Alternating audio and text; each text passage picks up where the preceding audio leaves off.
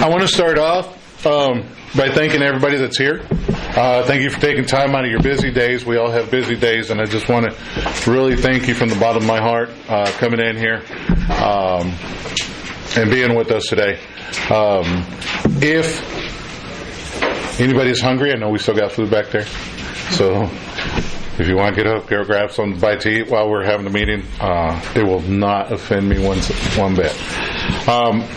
We are going to do we're going to go into the introduction of guests. Do we have a sign-in sheet for people that want to speak? Yes, Mr. President. There's one person in the back. Okay. No one has signed in. No one has signed in. Okay. So,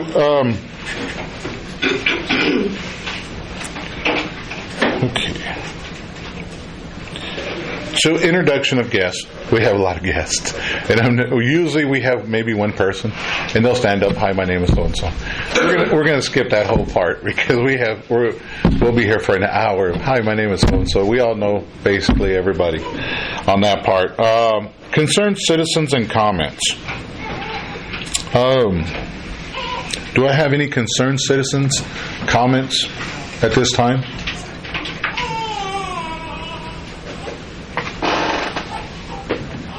Any? Okay. So we'll go down to leave of absence or prolonged absences. Chief Martinez, do we have any leave of absences or prolonged absences right now on the roster? Not at this time.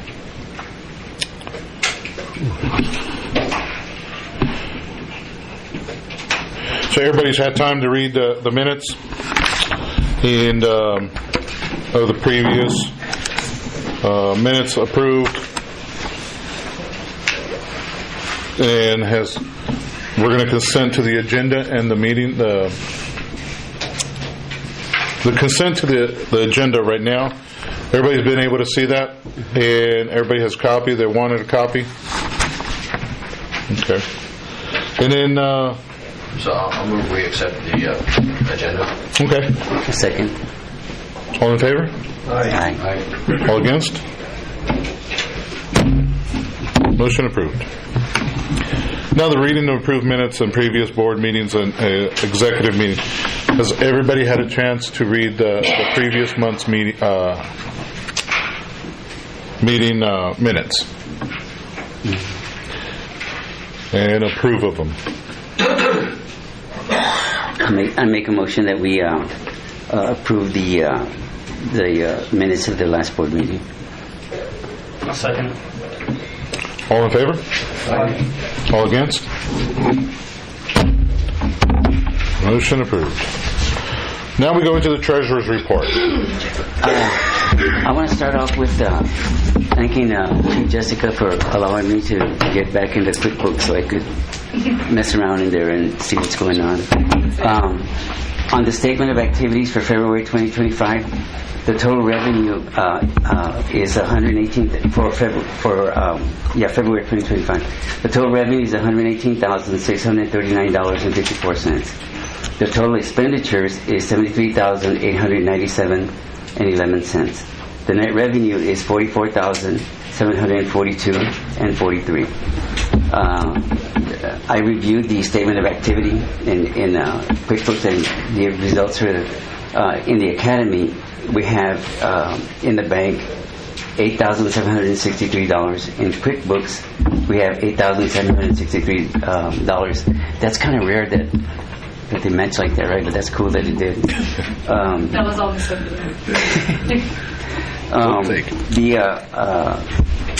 The management and operations M&O bank account is in the bank. It's $100,248.17. In QuickBooks, it's $122,627.99. And those are going to vary because as you're entering things and as things come out, the bank account and what's in QuickBooks are going to change. So for instance, was yesterday I had some numbers, and today I got different numbers. So I got these numbers at around 6 o'clock or something like that. No, I'm lying. Around 4 o'clock is what it was. That's when I think we talked about it. I did a comparison of the bank statement accounts to QuickBook reconciliation, and one of the things that you do when you're looking at that is you take the bank statements, the statement of account, and you look at the reconciliation that's in QuickBooks, and you pick something that you think maybe I should be looking at that.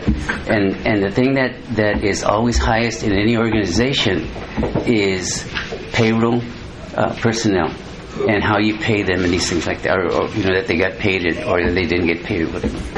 And so in the reconciliation, one of the things that I did was I took the statement of accounts, which is this document, and I looked at everybody that got paid in February, and then I looked at what they got paid, right? And then I took the reconciliation that's in QuickBooks, because remember, this is our bank account. This is what's in QuickBooks, and I matched the payroll to the bank statements, and I was able to see that it reconciled perfectly.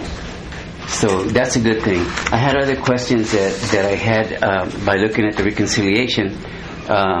One of them was that in February there was nothing for the ESD, right? There was nothing in there for the ESD. So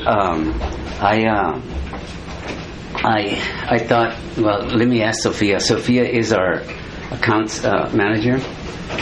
What was going on there?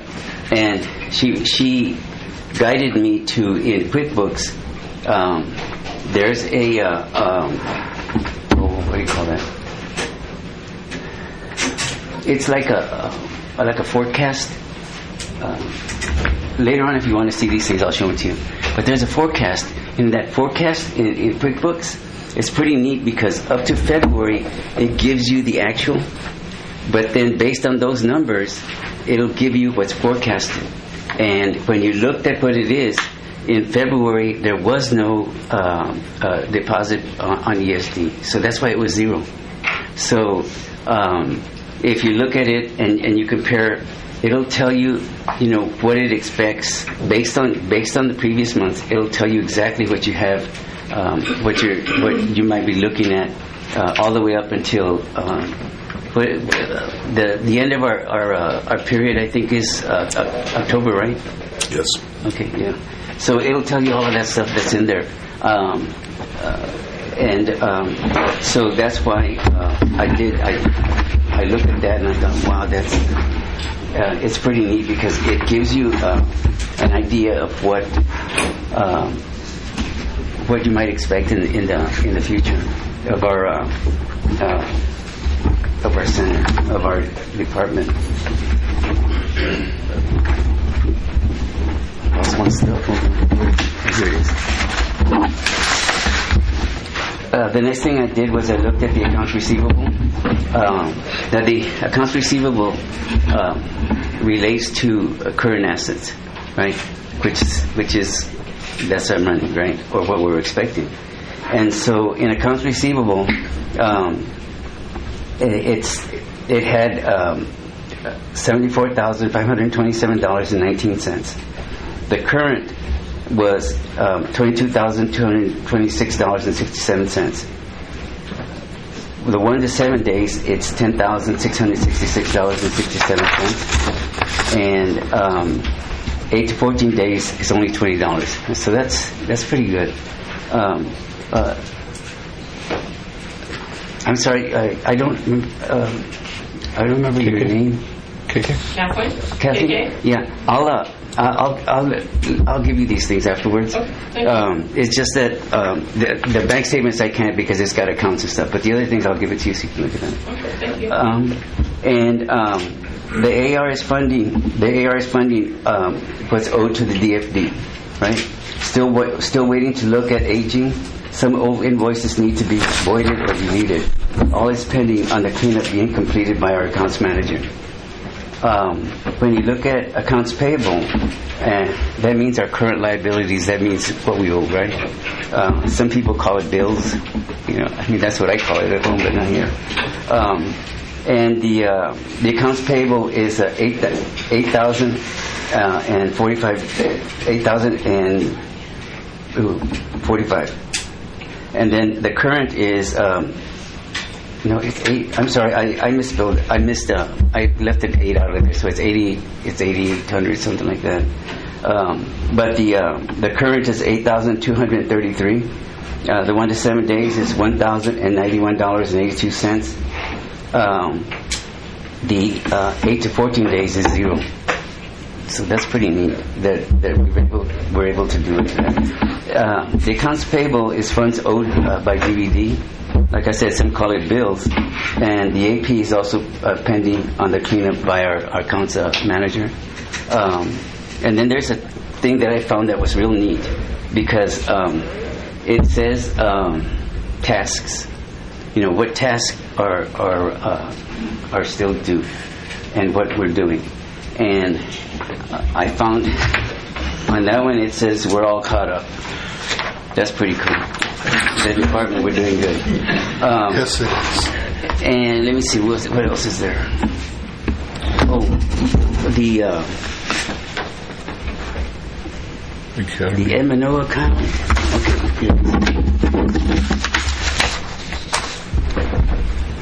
I think it's over here.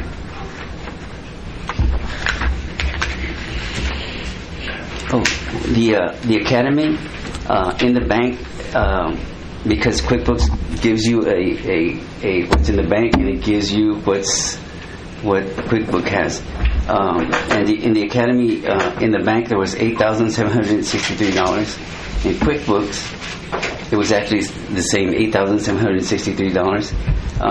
In the M&O account in the bank, at this time, at the time I looked at it, we had $100,248.17, and in QuickBooks we had $122,627, and 40, I think that's a 4 that I put in there, 49.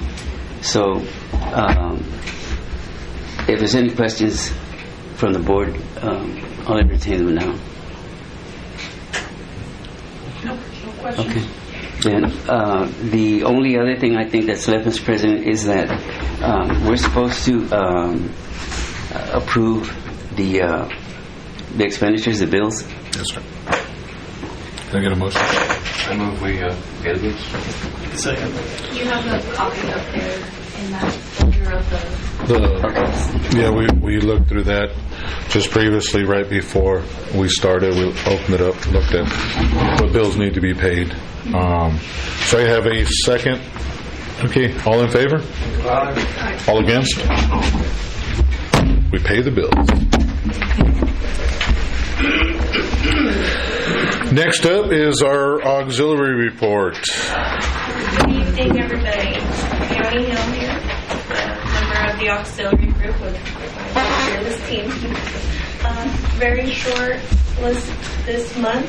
We're just speaking in regards to 3 upcoming events. Well, unfortunately for this year, we're possibly looking at 1, maybe 2, depending on the community. But let's be completely honest on that. First would be in the month of May, being the Muscular Dystrophy Association Boot Drive. I know we haven't done it. I believe it was 2 years that we haven't done it, so we are due.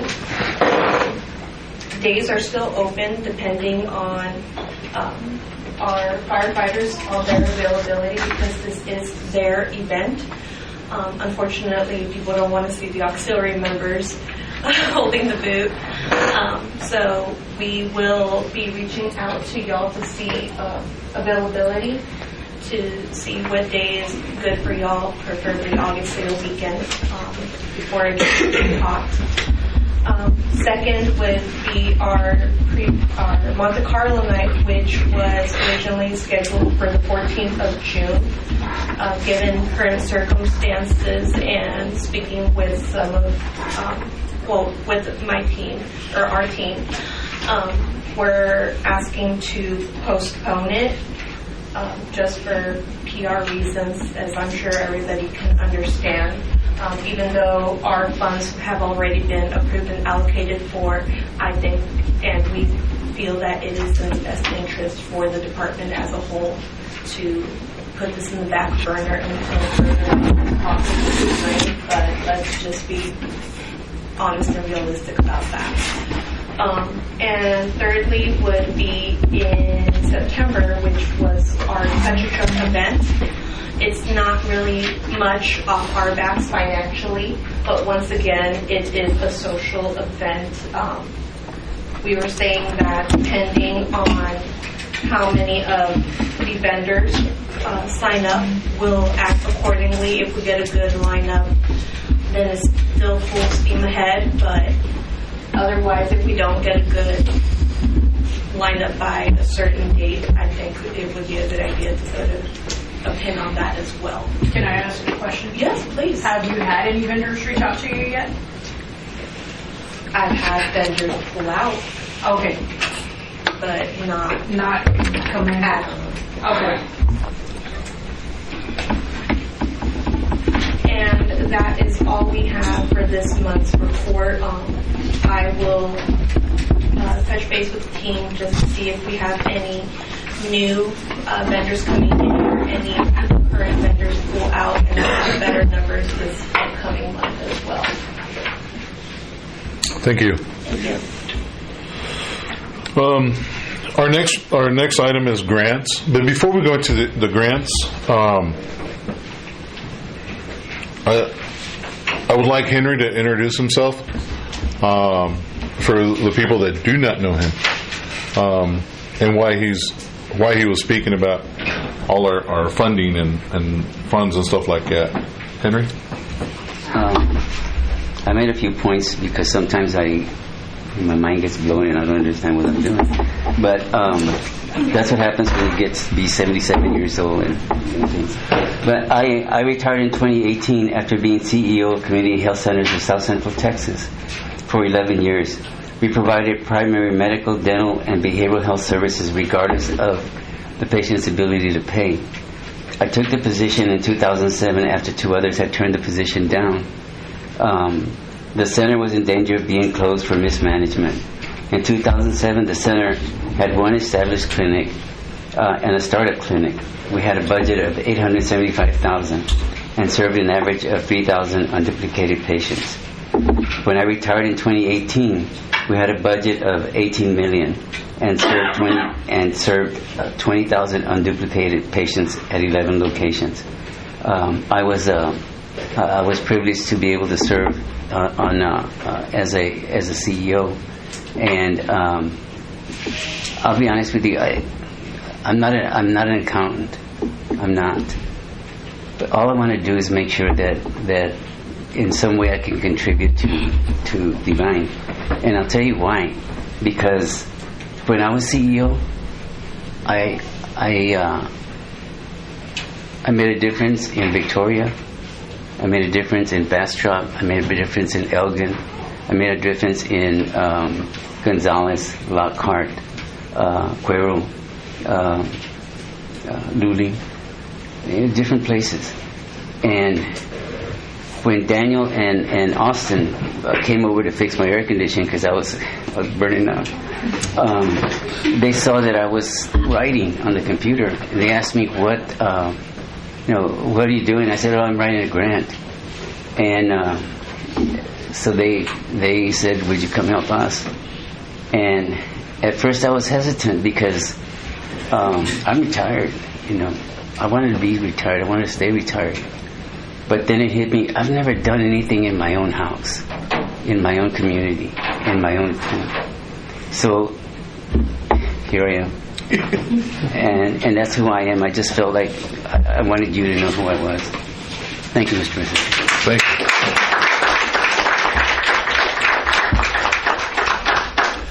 you. And he's also a Vietnam vet.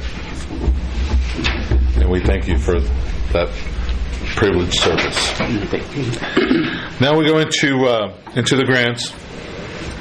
Henry? Excuse me. we've submitted grants to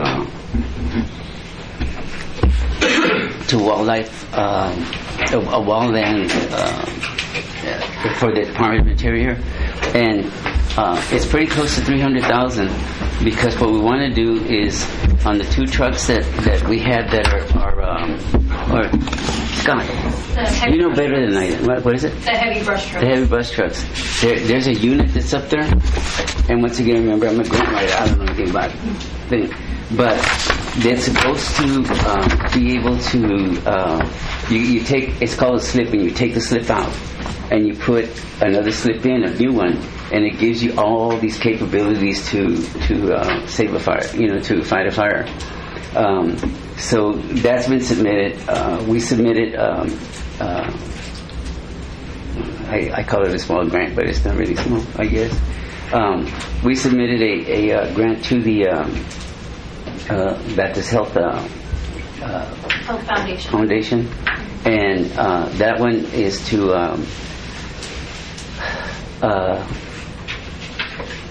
Life Pack 15 or something like that. And what that's going to do is it's going to give the firefighters, especially the EMS side of it, the ability to have a 12-point lead, and they're going to be able to look at it as they, as they're transporting people, and so to the nearest emergency room.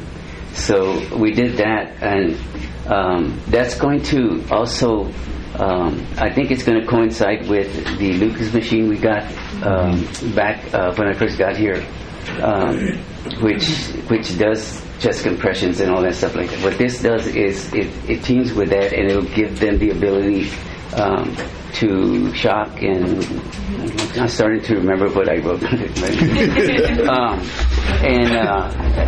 We're working on another one that our radios are needing. We need a complete radio system inside here. The regular, the things that the main one, and then everybody, all the firefighters carry a radio, because the ones that they're carrying now, if I remember correctly, they're about 3 or 4 generations, right? Mm-hmm. Yeah, so they're real old, and so we want to try to get these PRC-25 radios to as a grant. I haven't had a chance to talk to you about it, but I will, Chief. I saw in that same grant, I saw where there's the ability to apply for a tender truck that would give us more water, Yes, sir. right, that we can transport. But unless I interview you to find out what the heck that's all about, I'm not going to be able to write about it. So hopefully we'll take some time to do that. We're waiting to hear from a Assistance to Firefighters grant, and that one is about almost 500,000, and it's because it'll give us that tender truck. And if we get this other grant, we might have to. I don't know, but we'll try and see what we do. And that. Can you think of anything else? Anything I missed, Chief? We just did the physicals, so that's right, yeah. SFFMA has a safer grant that will repay physicals up to 10 personnel, repay physicals as well as PPE. So it'll hopefully get 10 sets of gear, but we also have the safer grant through our FEMA, which now that we have physicals for everybody, we are automatically able to pull down for more gear for the other firefighters that we couldn't get through the other grant. So there's that one as well. I think that's it. So. Thank you, Henry. That puts us into reporter calls.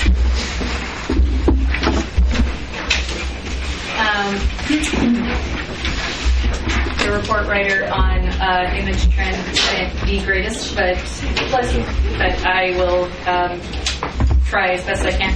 We had 99 calls in the month of February, which brings our year-to-date at 263, and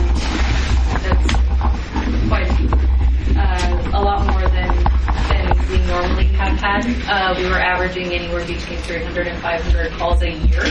So we're almost at 300 and we're halfway through March, so that's great.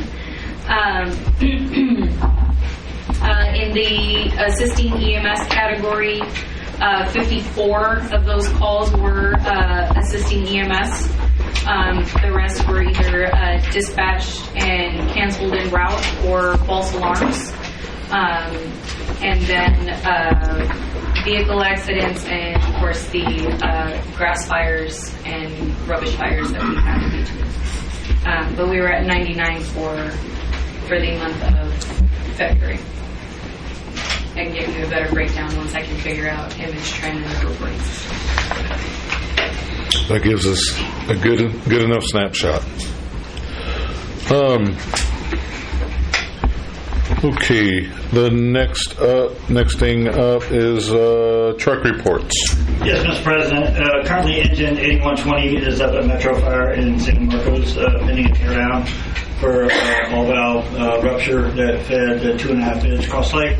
I anticipate them, as they get involved in the teardown, to have to replace seal kits and valve kits. And associated with that, I spoke with him today. Hopefully you'll get a good estimate on that next week. Perfect. Other than that, I have an EBT class coming up along with our onboard mechanic, Dalen IGAMS, who is also an ASE certified automotive and diesel mechanic. Coming out, I'll be leaving up on Sunday to go to Dallas-Fort Worth to the emergency vehicle technician's conference and take our certification exams during that week. Other than that, some struts on command need to be replaced and radiator hose on FR 8120. Other than that, all the other fleet is functioning as expected. Thank you, sir. That puts us into old business. Do we have anything for old business? Which is no. So, nothing on old business. Into the new business. We'll go to item A, the resignation of Chief Atkinson and interim positions. Chief Atkinson resigned approximately, a week ago, early last week. He is no longer with this department. We can't go into detail. There's still an ongoing investigation on Chief Atkinson, but he resigned from the department on that part. The new interim positions were given to which she was our assistant chief, which was Assistant Chief Jessica Martinez. So now she is interim Chief Jessica Martinez. Our assistant chief, which was her, but we had a captain. So the assistant chief was named Assistant Chief Scott DeLucia. He moved up from a captain position into an interim assistant chief position. And our one of our lieutenants got moved up into an interim captain position, which is interim Captain Brian Hill. Those are our command structures as of right now that we can speak about on that, and that those decisions were made swiftly and with the utmost respect of who could lead us into the following day, basically, and continue leading us into the future. And we have every vote of confidence on our new command staff that they can take us into the future. And I want to be one of the first to publicly congratulate all you guys. Thank you. Thank you for what you've done.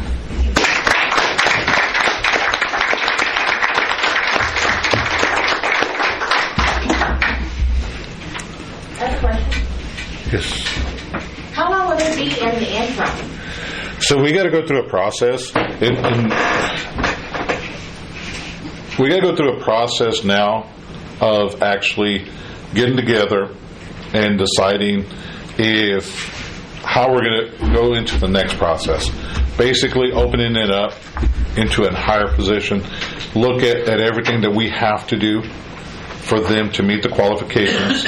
If they meet the qualifications, then we'll basically open it up to a hiring process. So they'll have to go before the board. They'll have to go interviews, just like if they were going for a job. Right now they're stepping in there because they're already here. They know the ins and outs. We needed to keep the doors open, the wheels turning. What better way than the people, our highest people at that point, to just take a step forward. And the good thing about it was they all agreed openly. When we asked them, we're like, look, we need help. Are you willing? And to be honest with you, these are some very tough shoes to fill. Very tough shoes to fill. There's a lot of responsibility that goes in these three positions, and they never batted an eye. They never said, well, let me think about it. I think, Brian, you were like, okay.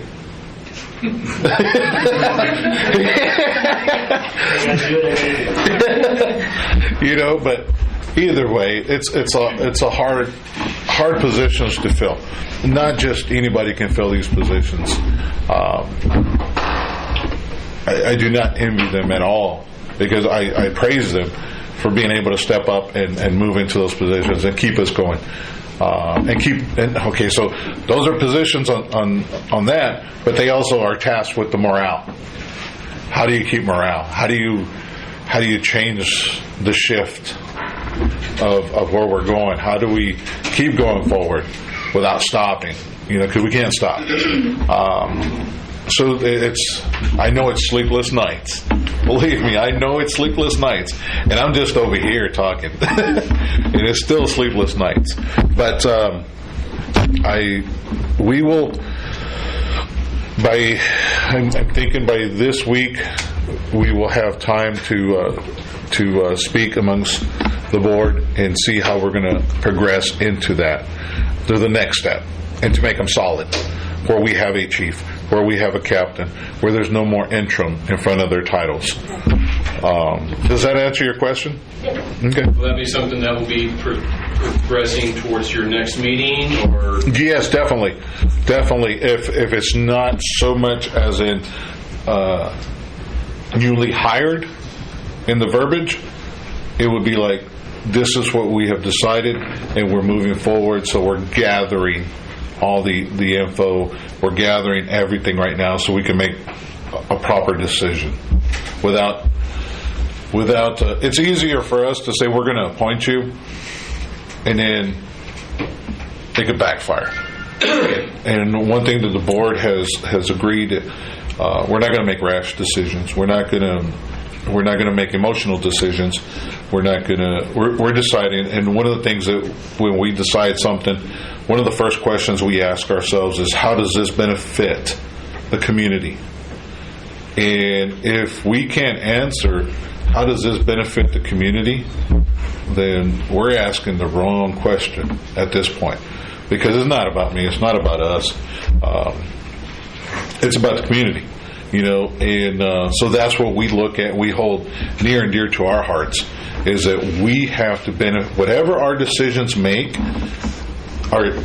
we have to have 100% of the community's interest in mind, because those are the ones that are there, we're there for, so we have to continue forward for the community.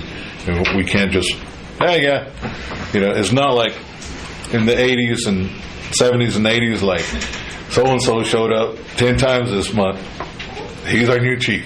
I wish we could still do that, and just break out a window and throw a hose in there.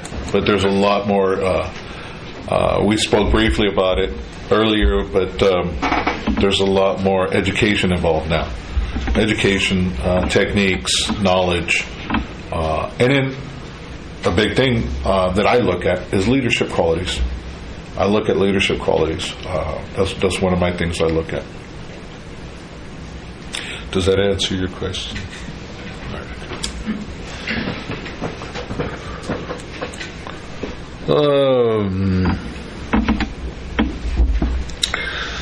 On B,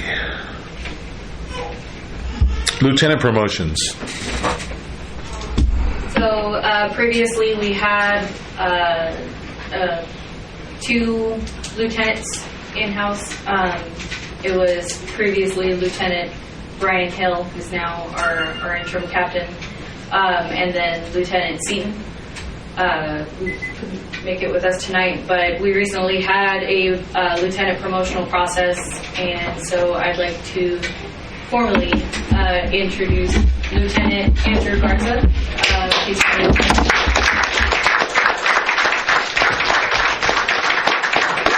Lieutenant Lauren Story.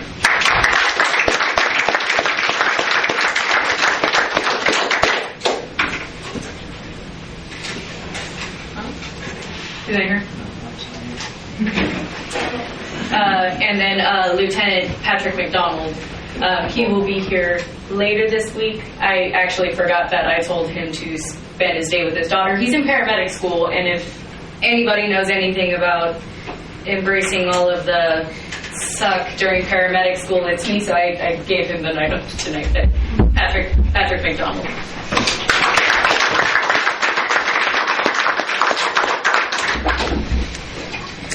And that puts us into C. VFIS update. So, Miss Sophia. Hi, Miss Sophia. Miss Sophia had been in touch with VFIS throughout these past couple of weeks since she started. We were getting the updates from our claim with VFIS. So recently we just got back a grand total of $76,023.25 from VFIS from our employee theft claim. Nobody get excited because we still have bills, but I did want to let everybody know that we did recover those funds. So all grand in that case. Thank you. Yes, sir. Thank you. Policy changes. The policy changes discussed, consider, and vote if necessary. At this time, I move that we table that because it's still kind of a work in progress unless there's something.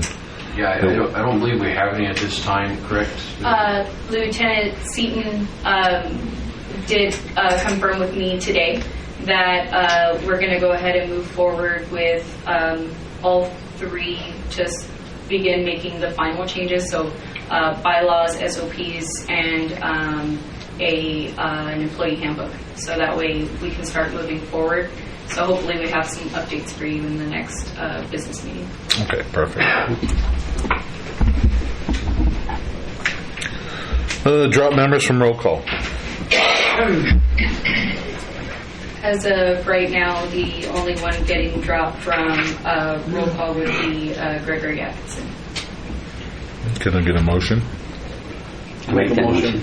I'll second. All in favor? All against? Motion passes. Drop from roll call. Which leads us to a sight for sore eyes. Chaplain's comments, and you wouldn't believe what I had to do to get this man to come out of retirement. All I had to do was call him up, and he said, "I'll be there, brother. I'll be there." Chaps, could you give us some mental health and words of wisdom, sir?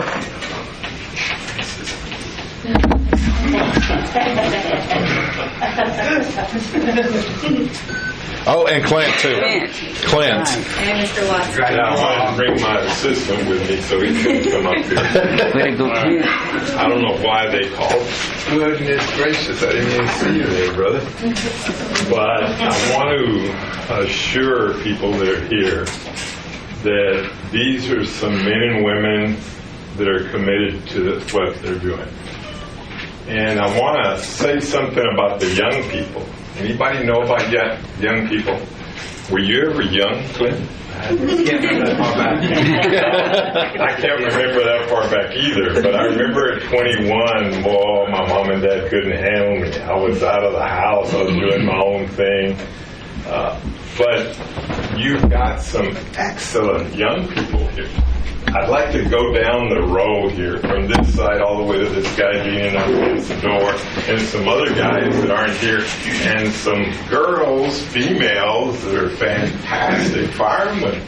And one that I gave a cookbook to is just blown it out of here. But I want to express to the ones that don't know anything about the firehouse, I could smell smoke walking in this place. And I know that the young people here are learning a lot from these old fogies that are up here. But we don't have the energy to do some of this stuff. I tried to help this guy, and I said, man, how much does that thing weigh? You know? I said, get out of the way, I'll help you. And I helped him for a little while, but it wasn't going to be too long. But I guess I'm here to just give a couple of words, and this is what I want to give you. And you don't know this about me, but I was way back when I was some of these young guys, I was a Texas probation officer. And I was in seminary trying to finish my master's, had 2 babies at home. My mom moved in because she had Alzheimer's. We had 2 dogs, 2 cats, 16 responsibilities. But it was wonderful. And that's what a lot of our firemen have here. So don't forget, because you can't conquer some of the problems that come in. Fall out right in the middle of the meeting.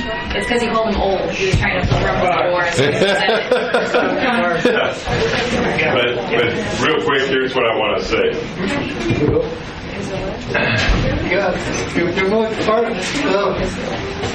Maybe they all need to go. It's a structure fire. I gotta go.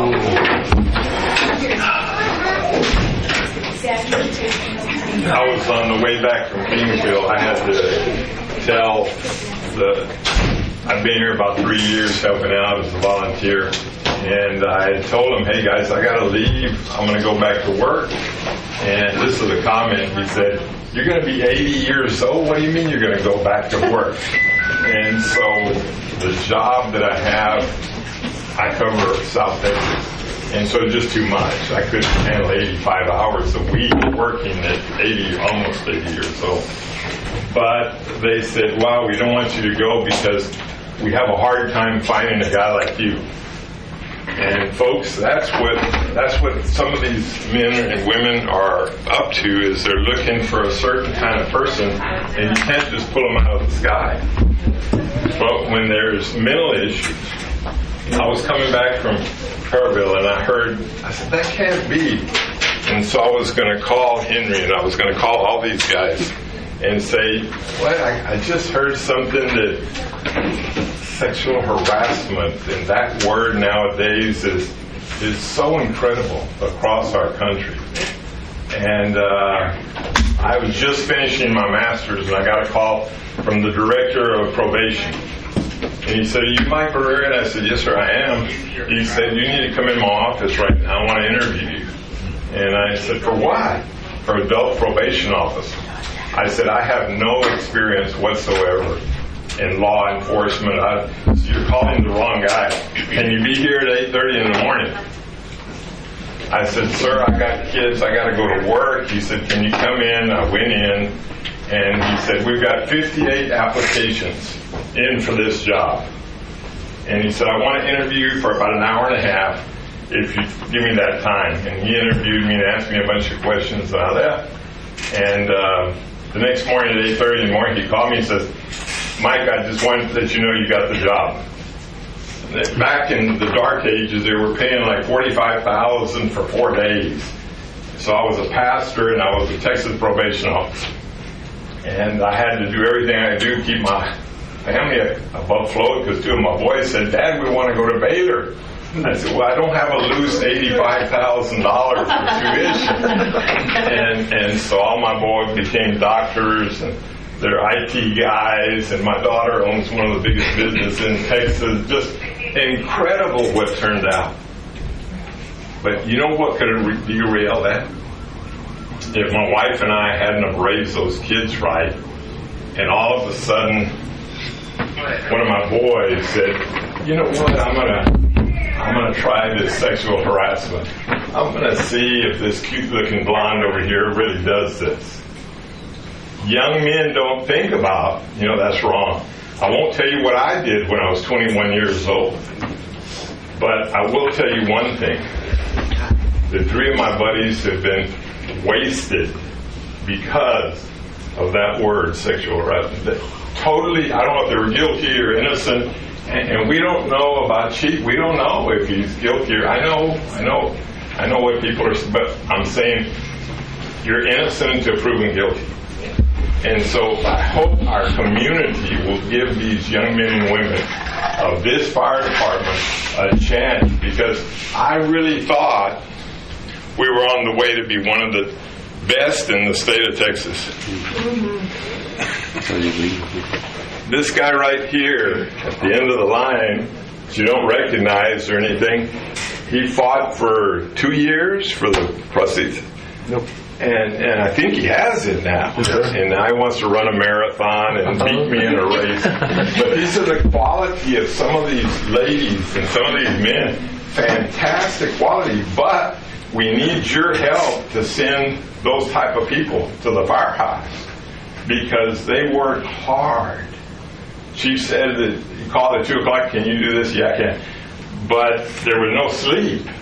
And sometimes you don't sleep. And he said, Mike, I need you to go to San Antonio. What's that? One of our guys is in the hospital, so I had to go to hospital, San Antonio. I didn't even know where he wanted me to go. I'd never even heard of the place before.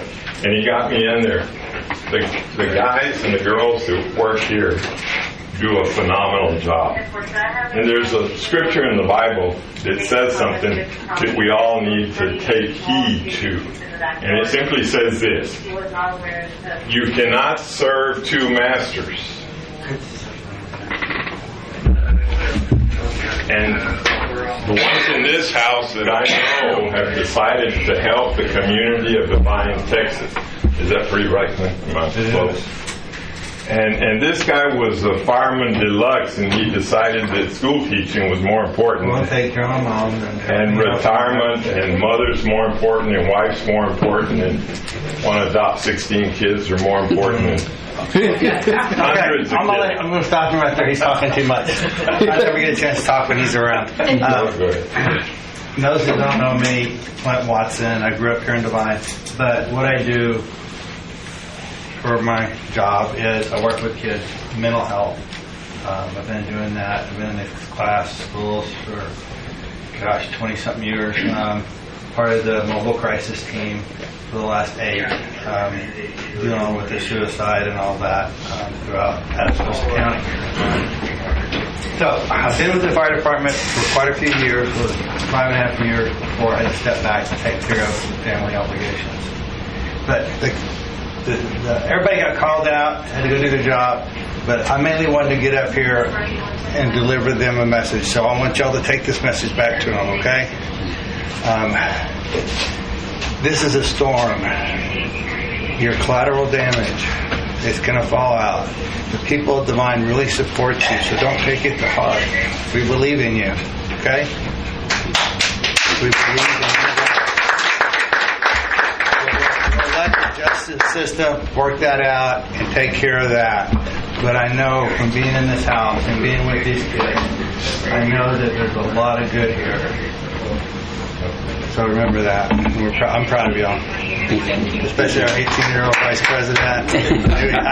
He was stepping in as I was stepping out, so I just barely got to meet him. It's come a long way, but proud of him.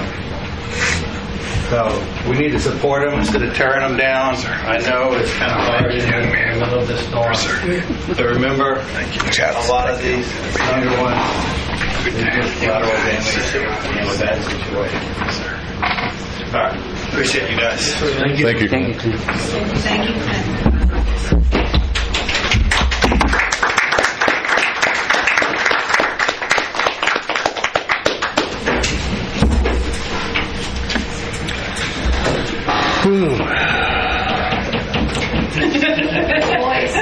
Chief's comments?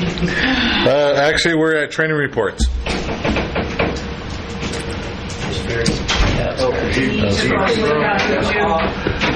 Yeah. I'll be back with you on the training report. I'll get it before Ferris. Okay. We'll table it to next time then. We'll table that one to next time. I know that there's been, don't quote me on this, but I know that there's been a lot of in-house training going on. Ferris has been leading the charge on that, to getting everybody trained up, whatever they needed.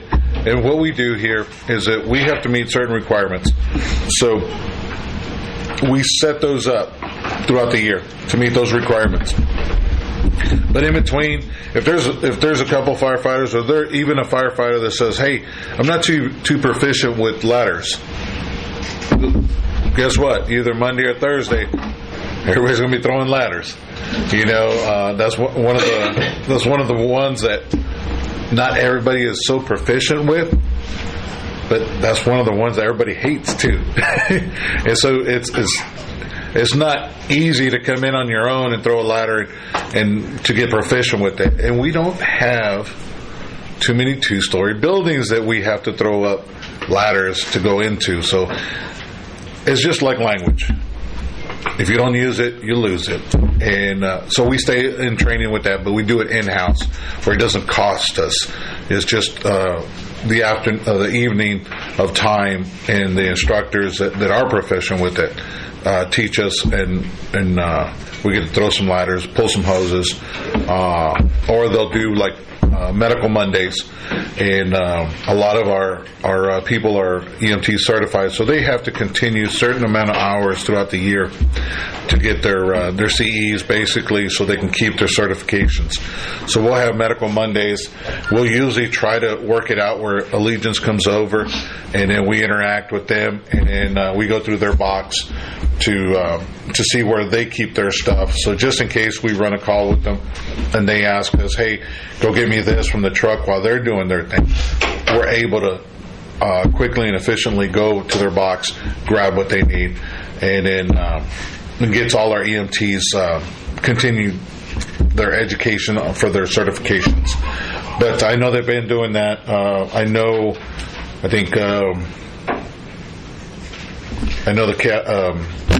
AC had said something about the EVT training coming up, so that'll be on next month's report of man hours on EVT training and certifications. So we're going to have to pass on that up. Chief comments. I'm a captain, not a chief or assistant chief, but I just want to assure the members of the community that the young people we have here, myself included, we're going to do our best to serve you. That's what we love to do, and we're here for y'all. And that's it. So that takes us right into the assistant chief's comments. You're the highest ranking. All right. I think they planned it out. They left you hanging, Brian. They left you hanging. Had a friend call it in.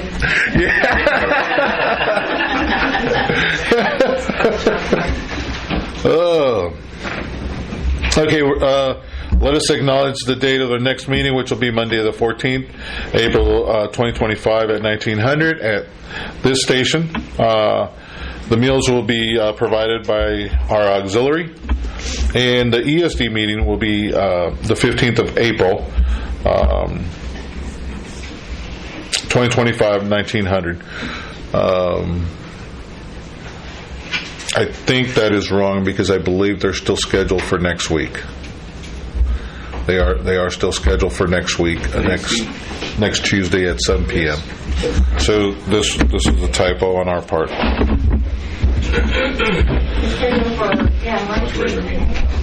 The regular meeting. It's our regular meeting.